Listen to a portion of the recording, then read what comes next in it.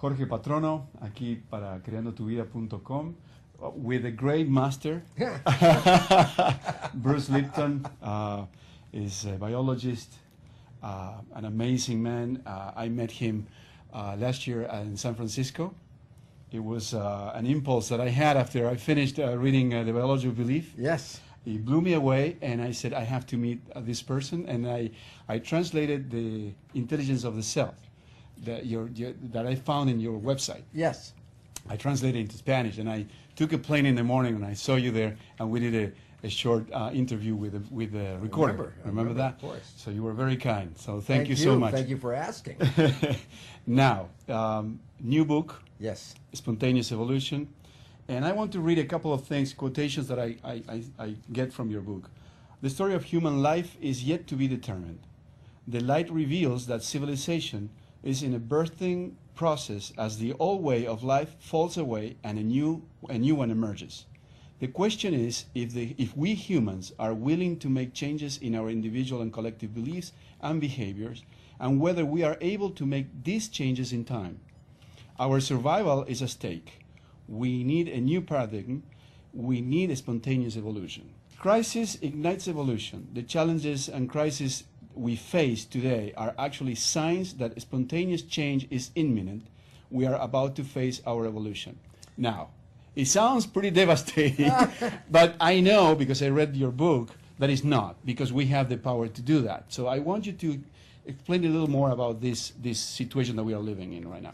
Well, a very simple understanding is that science is recognized as a fact. This is not a belief, it's a fact, that we are now facing a mass extinction of life on this planet. Okay. We're losing species faster than ever in history, and that includes us in the species list. Exactly. So it's kinds of strange thoughts from science that almost like science fiction, like within 35 years there will not be any fish left in the ocean.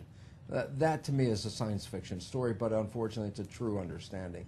And so basically it says that the way we've been living on this planet, and this is what science has found out, the cause of this mass extinction is human behavior. Exactly. Simple. It just says that we've really not understood our role on the planet as caretakers of the garden called Gaia, that was our job, and that fact that our lives are dependent on the environment because we evolved from that environment. So if you destroy the environment that created us, then we can't be here either. So it's pretty much of an urgent wake-up call for the planet that we must do something different. Can we say that we are acting maybe like a virus that is going into the environment, destroying everything, including his own life? Because actually, that's what it shows, every day. If you were a doctor of a planetary doctor, and you looked at the planet like if it was small, like a cell, you would say, yes, this is an infected organism, and the infection is throwing off the environment. And it's very interesting because an interesting parallel is when a body gets sick with a virus, it raises the temperature of the body to kill the virus. Exactly. Fever. And the Earth is going through a fever period right now, which is a way of responding to what we've done to the environment. Now, we're not responsible for all of global warming, but what we're responsible for is climate change, meaning by altering the environment so much, the weather patterns that used to exist on this planet are being modified by the way we've cut down the rainforests or polluted the atmosphere and changed the temperature, etc. So we're paying for it right now. And yet, very simple point, the Earth is a living system. And the title of my book, Spontaneous Evolution, is related to a simple understanding, is that we can have a patient and see a cancer patient, let's say, and everybody says this patient is terminal, their illness, they're going to die. And everybody's waiting for this person to die, and all of a sudden, they have a remarkable recovery, and instantaneously the disease is gone. It's called spontaneous remission. Exactly. And it's interesting because you say, well, what is the driving force of a spontaneous remission in a cancer patient? The answer is that each time this has been reported, the person that had the remission also had a profound change of their belief system. They changed the way they were living, and the cells made a response to that, and the health came back to the system. So, make a long story very short, the Earth is a living system. Scientists are looking at it as a physician saying, looks kind of terminal, think we're not going to make it. And then I'm also on the other side saying, yes, but human civilization profoundly affects that environment. And when human civilization changes the way it treats the planet, there's an opportunity that we could avert this disaster. Okay, why are we so far away from the ecosystem where we live, actually? Oh, it's real interesting. There, for at least the last two civilizations, which I would call monotheism, when the church was running civilization, and the current one, scientific materialism, which is where science becomes our truth provider. Both of them, very interestingly, separated us from the environment. Okay. In the Bible story, it said that the environment was created and then people were added like an afterthought.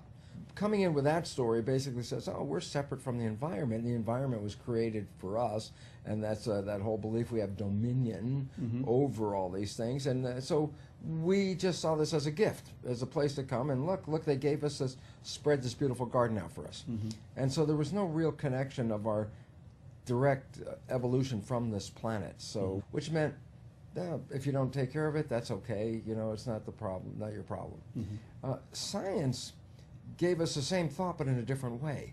Science told us we got here through random mutations, random accidents of genetics. And you say, well, if they're all random mutations that generated us, then what would be our purpose here? And then the scientists would have to say, it was random mutations. It was just accidents. So there is no purpose for our being on this particular planet. So again, we got separated from the environment as sort of a genetic accident that evolved from this environment with no real connection to it. Both of these, unfortunately, have created a situation where we traumatize the environment thinking that, oh, we're really not that connected to it. It's okay. And it's like not really owning a very simple reality. We came from the environment. The Indians in North America, from their story, which is the same as all indigenous people, is a story of coming from Mother Earth and Father Sky. And that's an absolute scientific fact, is because organic chemistry, which is what the chemistry of living things, is made from inorganic chemistry, which is Earth. Mixed with sunlight from Father Sky. We physically came from the garden, Mother, and we were energized from the light from the sun. So we came from Father Sky. And the fact is, we are a part of this. We evolved from this. And so in a real sense, destroying the environment is like sabotaging your own mother. Exactly. Exactly. And unfortunate situation is because corporate interests are not people interests. Corporate interests they have one sole function. Any corporation, I don't care what the corporation is to make money. And whatever they do is a second function. So you can say, oh, the pharmaceutical industry, and you say, oh yeah, pharmaceutical drugs are here to help us. And I go, no. The first move of a corporation was to make money. Second thing was to make pharmaceutical drugs.